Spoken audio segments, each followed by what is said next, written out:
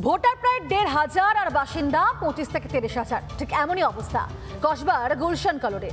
আর SIR আবহে অনেকেরই ঠিকানা কিন্তু এখন খুঁজে পাচ্ছেন না সেখানে বিএলওরা। বহিরাগতদের দাপটে আতঙ্কে রয়েছেন বিএলওরা।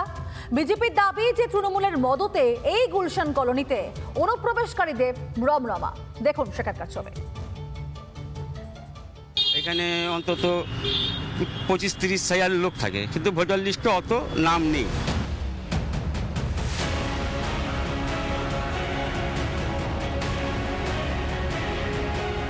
শুনলেন তো, ভোটারের থেকে বাসিন্দা বেশি। এটাই কলকাতার গুলশান কলোনি। এলাকাটি কসবা বিধানসভা কেন্দ্রের মধ্যে। এখানকার বিধায়ক রাজ্যের মন্ত্রী জাভেদ খান। তার এলাকায় ভোটার তালিকায় বিস্তর গরমিলের অভিযোগ বিএলএর। প্রত্যেকের পরিচয়পত্র সঠিক রয়েছে? কারণ আপনি তো এখন বিএলএ হিসেবে কাজ করছেন। না, সেটা অনেকজনের নেই, অনেকজনের আছে, অনেকজনের নেই। বেশিরভাগটাই মনে হচ্ছে নেই। আপনারা তো দেখেছেন সবার পরিচয়পত্র সঠিকভাবে রয়েছে? না না না না, সঠিকভাবে নেই। ব্যাঙের ছাতার মতো গজিয়ে উঠেছে ফ্ল্যাট। জলাভূমি বোজানোর অভিযোগও আছে গুলশান কলোনিতে। অপরাধের সঙ্গে দিন যাপন করে গুলশান কলোনি। দিন কাটে আতঙ্কে।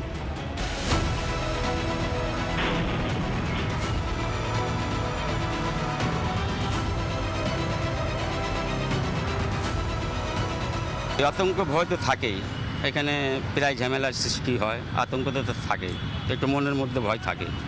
কলকাতাকে ধীরে ধীরে যেভাবে চারপাশ থেকে গ্রাস করা হয়েছে, সেটা কিন্তু কলকাতার সাধারণ মানুষের পক্ষেও বিপজ্জনক। আজ নয় কাল এই কথাটা কলকাতার মানুষের বোধোদয় হবে, কিন্তু এই মুহূর্তে রাজ্য প্রশাসনের যে ভূমিকা, সেই ভূমিকা হতাশাব্যঞ্জক। পরিবর্তনের আশায় তৃণমূলকে ক্ষমতায় এনেছিলেন বঙ্গবাসী। তারপরের পরিবর্তন তো দেখছেন। নানান জায়গায় তৈরি হয়েছে এমনই গুলশান কলোনি, যেখানে ভোটারের থেকে বাসিন্দা নাকি প্রায় ২০ গুণ বেশি।